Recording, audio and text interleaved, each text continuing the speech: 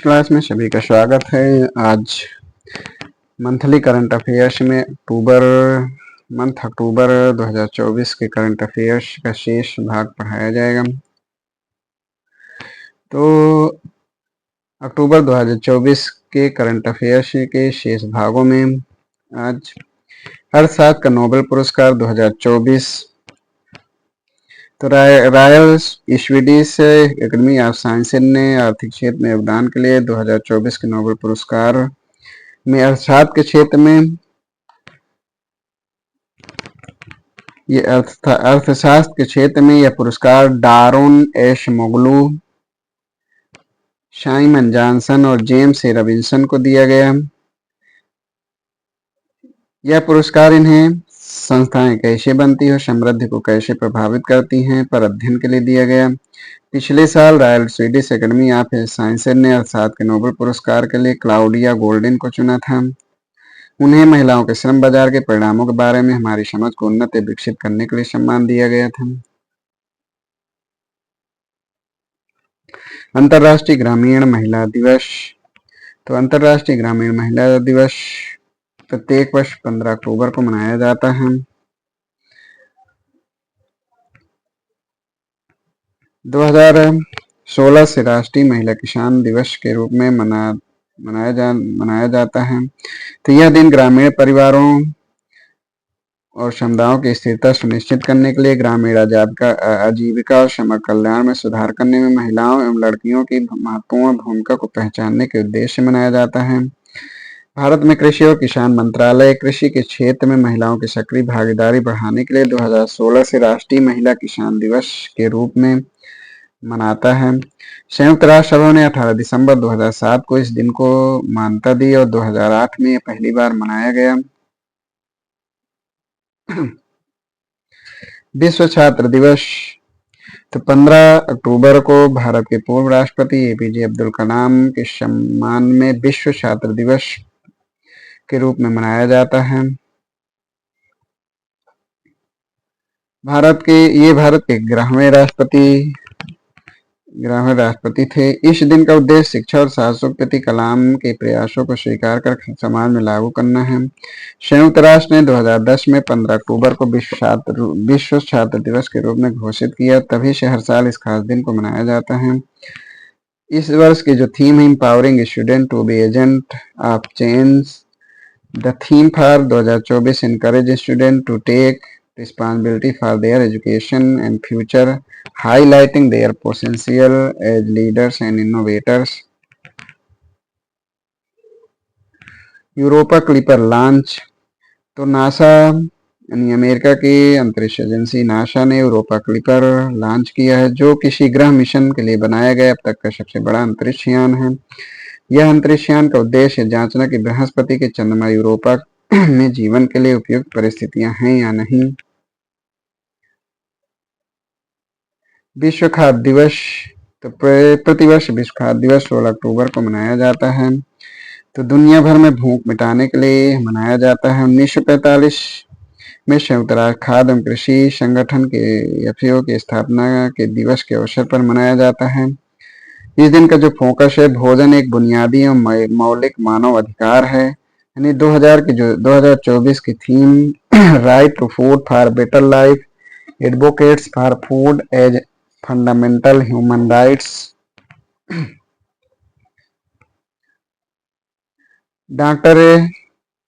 Doctor S Somnath. तो national conference के नेता उमर अब्दुल्ला 16 अक्टूबर को जम्मू कश्मीर के नए मुख्यमंत्री के रूप में शपथ लेंगे और नई सरकार का गठन करेंगे।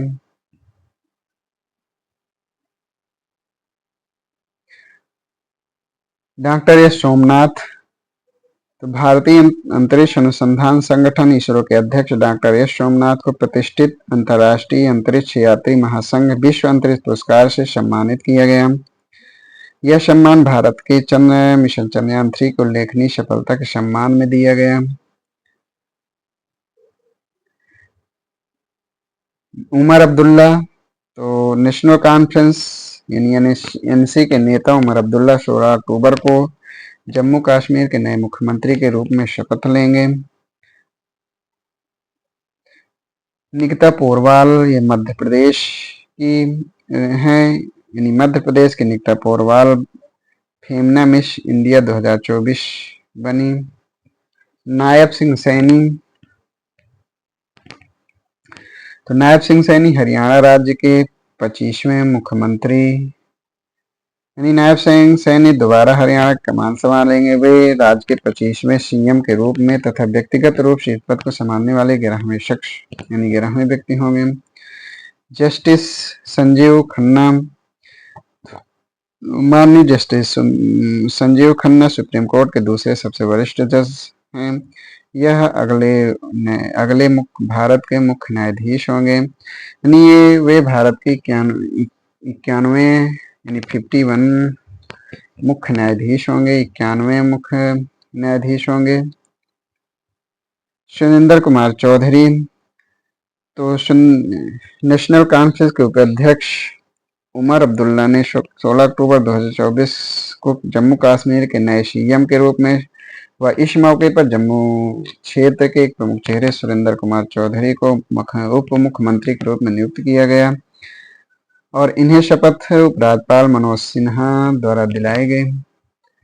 आईसीसी हॉल ऑफ फेम,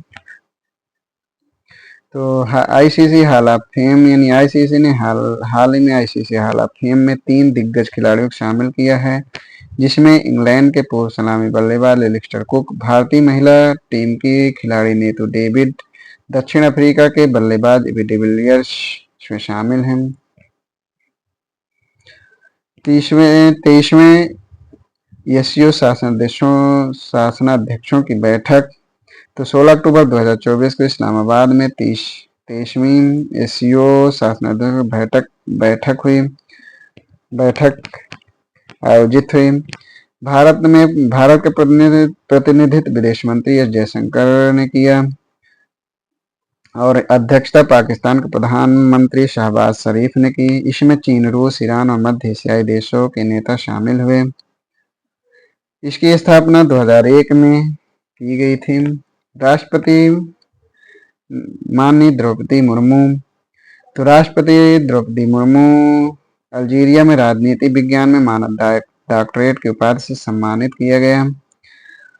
राष्ट्रपति माननीय द्रौपदी मुर्मू ने 13 से 19 अक्टूबर तक अल्जीरिया, मॉरिटानिया और मलावी के दौरे पर हैं। इन तीनों अफ्रीकी देशों की यात्रा करने वाली वह पहली भारतीय राष्ट्रपति हैं। न्यूनतम समर्थन मूल्य की वृद्धि को मंजूरी, तो प्रधानमंत्री नरेंद्र मोदी जी की अध्यक्षता में आर्थिक मामलों की मंत्रिमंडलीय समिति ने विपणन सीजन 2025-26 के लिए सभी अनिवार्य रबी फसलों के न्यूनतम समर्थन मूल्य में वृद्धि की मंजूरी दी है। 16वां ब्रिक्स शिखर सम्मेलन, तो यह रूस के कजान में आयोजित होगा। तो प्रधानमंत्री 22-23 अक्टूबर 2024 को रूसी राष्ट्रपति व्लादिमीर पुतिन के निमंत्रण पर रूस का दौरा करेंगे और 16वें ब्रिक्स शिखर सम्मेलन में भाग लेंगे। विजया किशोर रहाटकर, तो विजया किशोर रहाटकर को राष्ट्रीय महिला आयोग का नया अध्यक्ष नियुक्त किया गया। वह रेखा शर्मा का स्थान लेंगी, जिनका कार्यकाल 2024 में पूरा हो रहा है। राष्ट्रीय महिला आयोग भारतीय संसद द्वारा 1990 में पारित अधिनियम के तहत 31 जनवरी 1992 में गठित सांविधिक निकाय है। प्रबोवो सुबियांतो इंडोनेशिया के नए राष्ट्रपति बने हैं। प्रबोवो सुबियांतो विश्व की सबसे अधिक मुस्लिम आबादी वाले देश के औपचारिक रूप से 8वें राष्ट्रपति हैं।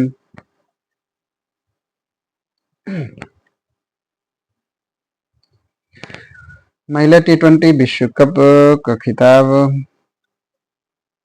तो न्यूजीलैंड महिला क्रिकेट टीम ने महिला टी20 विश्व कप का खिताब जीत लिया है।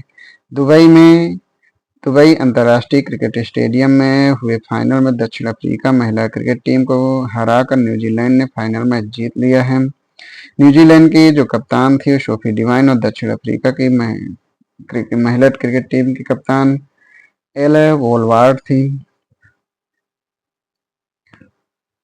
आरजी हुकूमत आजाद हिंद, तो 21 अक्टूबर 1943 में नेताजी सुभाष चंद्र बोस ने सिंगापुर में आरजी हुकूमत आज़ाद हिंद स्वाधीन भारत की अंतरिम सरकार की स्थापना की थी। वे खुद इस सरकार के राष्ट्रपति, प्रधानमंत्री और युद्ध मंत्री बने थे। जर्मनी, जापान, फिलीपींस, कोरिया, चीन, इटली, मांजुको, आयरलैंड सहित 9 देशों ने इसे मान्यता दी थी। जापान द्वारा अंडमान और निकोबार द्वीप समूह इस अस्थायी सरकार को दे दिए गए।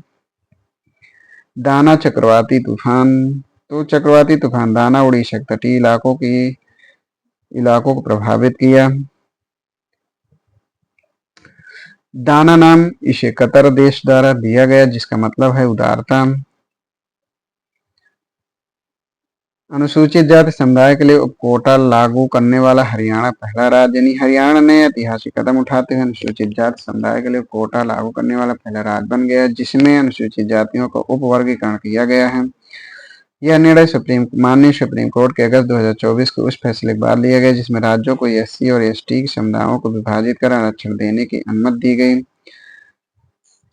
हरियाणा इस फैसले को देश वंचित अनुसूचित जातियों के रोजगार क्षेत्रों में कम प्रतिनिधित्व को सुधारना।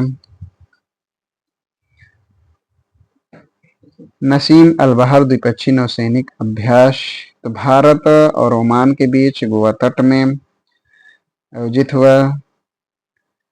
तो भारत और ओमान के बीच द्विपक्षीय नौसैनिक अभ्यास नसीम अल बहर 13 से 18 अक्टूबर 2024 तक गोवा के तट पर आयोजित किया गया।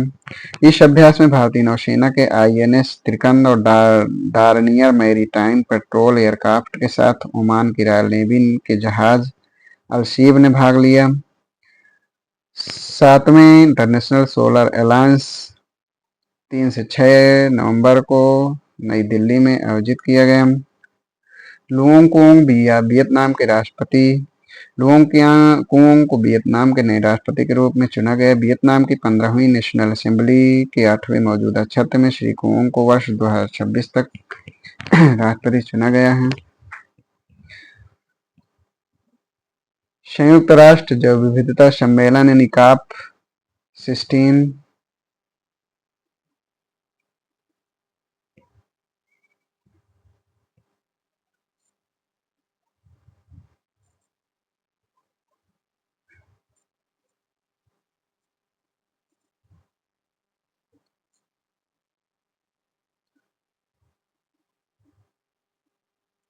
संयुक्त राष्ट्र जैव विविधता सम्मेलन COP 16 की 2 सप्ताह की अवधि की शुरुआत कोलंबिया में हुई।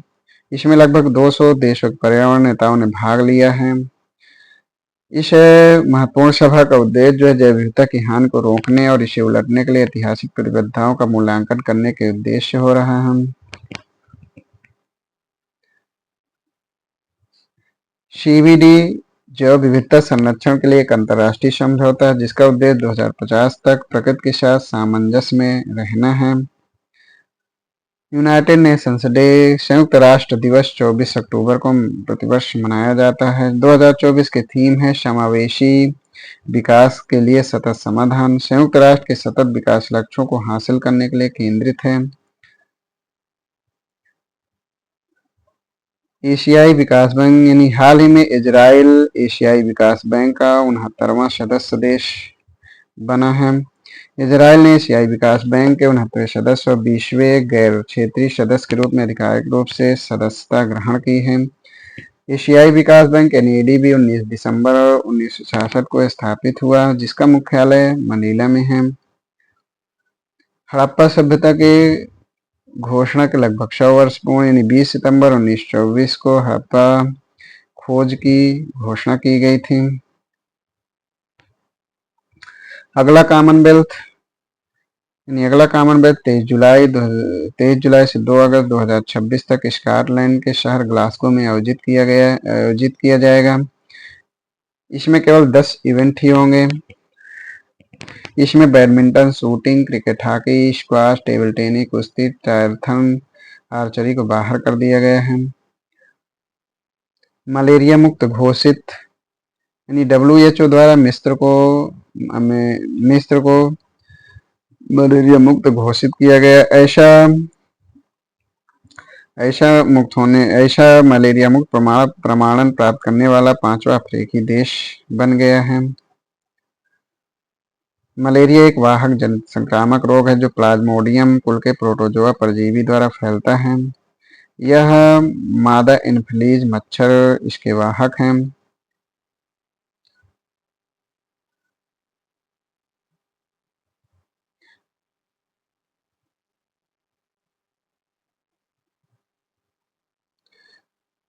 भारतीय रानी रामपाल यानी भारतीय महिला हॉकी की दिग्गज खिलाड़ी रानी रामपाल ने अपने संन्यास की घोषणा कर दी।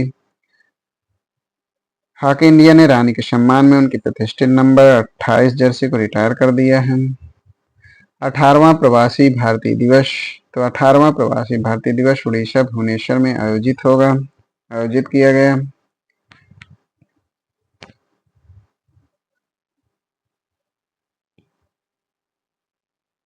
सांप की नई प्रजाति। यानी वैज्ञानिकों के एक दल ने पश्चिमी हिमालय में सांप की एक नई प्रजाति की खोज की है और इसका नाम हॉलीवुड स्टार लियोनार्डो डिकोप्रियो के सम्मान में इंग्विकुलस डिकोपियोई रखा गया है, जो वन जीव संरक्षण में उनके महत्वपूर्ण योगदान को मान्यता देता है। शिम्बेक्स का 31वां संस्करण। शिम्बेक्स यानी सिंगापुर भारत समुद्री द्विपक्षीय अभ्यास शिम्बेक्स का 31 संस्करण 23 से 29 अक्टूबर 2024 के बीच विशाखापट्टनम में पूर्वी नौसेना कमान में आयोजित हुआ। यह वार्षिक अभ्यास भारतीय नौसेना और सिंगापुर और गणराज्य नौसेना के बीच बढ़ते समुद्री सहयोग को प्रदर्शित करता है। अंतर्राष्ट्रीय गीता महोत्सव। तो अंतर्राष्ट्रीय गीता महोत्सव का आयोजन 28 नवंबर से 15 दिसंबर 2024 तक हरियाणा के कुरुक्षेत्र में किया जाएगा, जिसमें भारतीय विरासत, आध्यात्मिकता और संस्कृति की भव्य झलक प्रस्तुत की जाएगी। जम्मू कश्मीर का भारत में 26 अक्टूबर 1947 को विलय हुआ। तो जम्मू कश्मीर के तत्कालीन महाराजा हरि सिंह ने विलय पत्र पर हस्ताक्षर 26 अक्टूबर 1947 को किए। 21वीं पशुधन गणना। तो केंद्र ने पशु सुरक्षा को बढ़ावा के लिए महामारी निधि परियोजना और पशुधन जनगणना की शुरू की है। इसमें पहली बार छुट्टा जानवर को भी शामिल किया जा रहा है। भारत में पहली पशुधन गणना 1919 में हुई थी। इसके बाद प्रत्येक 5 वर्ष में एक बार पशुधन गणना की जाती है। 2019 में 20वीं पशुधन गणना आयोजित की गई थी। भारत निर्वाचन आयोग उज्बेकिस्तान चुनाव आयोग के साथ समझौता। तो हाल ही में भारत निर्वाचन आयोग ने उज्बेकिस्तान चुनाव आयोग के साथ एक समझौते पर हस्ताक्षर किए हैं। यह समझौता लोकतंत्रों के पारस्परिक लाभ के लिए दोनों चुनाव प्रबंधन निकायों के बीच बातचीत को और मजबूत तथा गहन बनाएगा। यह समझौता मुख्य चुनाव आयुक्त राजीव कुमार की ताशकंद यात्रा के दौरान हुआ। राजीव कुमार आगामी चुनावों के लिए अंतर्राष्ट्रीय पर्यवेक्षक के रूप में वहां गए थे। भारत की पहली निजी सैन्य विमान फैक्ट्री का उद्घाटन। तो टाटा एयरबेस साझेदारी में भारत की पहले निजी सैन्य विमान फैक्ट्री का उद्घाटन गुजरात में किया गया है। इस फैक्ट्री में C-295 सैन्य विमान का निर्माण होगा, जो भारतीय वायुसेना के बेड़े को मजबूती प्रदान करेगा। कुल 56 विमानों में से 40 का निर्माण इसी प्लांट में होगा, जबकि 16 एयरबस द्वारा सीधे सप्लाई किए जाएंगे। भारतीय स्टेट बैंक यानी SBI 2024 का भारत का सर्वश्रेष्ठ बैंक घोषित ग्लोबल फाइनेंस पत्रिका द्वारा।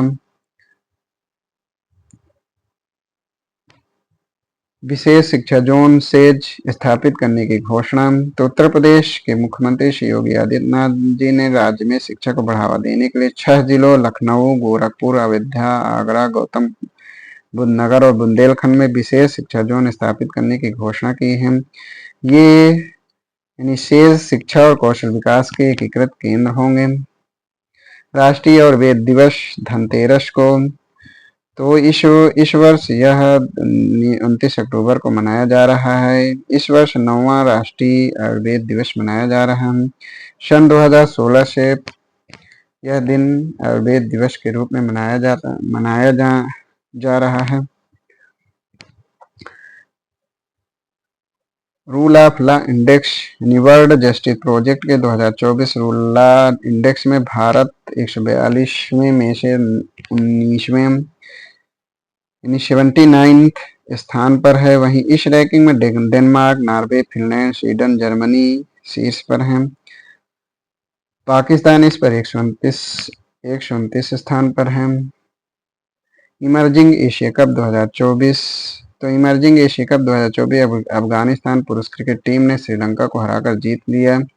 यह छठा संस्करण था जो ओमान में आयोजित हुआ।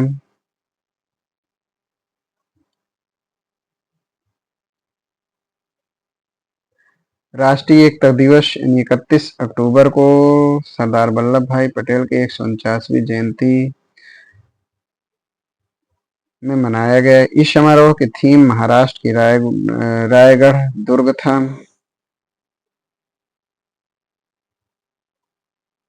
भारत सरकार 2024 से 2026 तक 2 वर्षीय राष्ट्रव्यापी कार्यक्रम के साथ सरदार वल्लभ भाई पटेल की 150वीं जयंती मनाएगी। यूरोप का सबसे बड़ा कच्चा तेल आपूर्तिकर्ता भारत बना।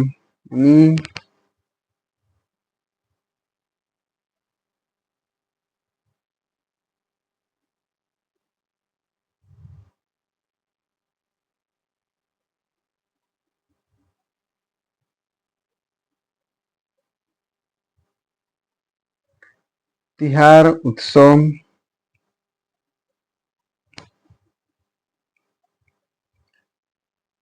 नेपाल में 5 दिवसीय तिहार उत्सव के दौरान दूसरे दिन कुकुर तिहार मनाया जाता है,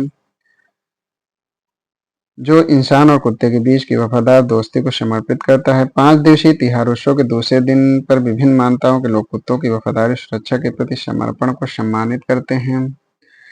इस प्रकार अक्टूबर माह के महत्वपूर्ण करंट अफेयर्स को पढ़ाया गया। इसमें एक है यूरोप का सबसे बड़ा कच्चा तेल आपूर्तिकर्ता भारत बना, यानी भारत सऊदी अरब को पीछे छोड़ते हुए यूरोप का सबसे बड़ा कच्चा तेल आपूर्तिकर्ता देश बन गया। केपलर की रिपोर्ट के मुताबिक भारतीय रिफाइनरियों से यूरोपीय देशों में रिफाइंड कच्चे तेल के निर्यात में अभूतपूर्व वृद्धि हुई है। भारत ने यूरोप को प्रतिदिन 3.60 लाख बैरल रिफाइंड क्रूड का निर्यात किया है। तो इस प्रकार अक्टूबर माह के महत्वपूर्ण करंट अफेयर्स को पढ़ाया गया। धन्यवाद।